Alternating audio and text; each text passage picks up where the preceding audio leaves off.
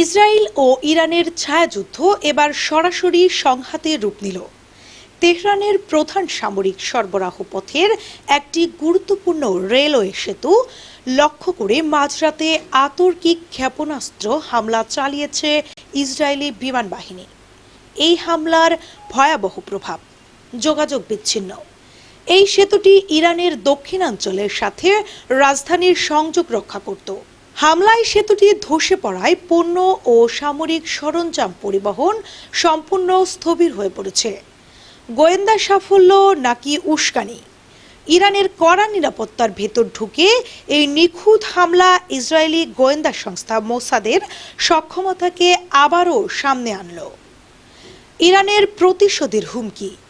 Tehran এই হামলাকে লাল রেখা অতিক্রম হিসেবে আখ্যা দিয়েছেন এবং হাইপারসনিক মিসাইল দিয়ে কঠোর জবাব দেওয়ার হুঁশিয়ারি দিয়েছেন। এই হামলা কি তবে মধ্যপ্রাচ্যে সর্বাত্মক যুদ্ধের সূচনা? ইসরায়েলের এই দুঃসাহসিক পদক্ষেপের পর ইরান কি চুপ থাকবে? আপনার মতে এই হামলার পর বিশ্ববাজারে তেলের দাম ও নিরাপদে যাতায়াতে কি প্রভাব পড়বে?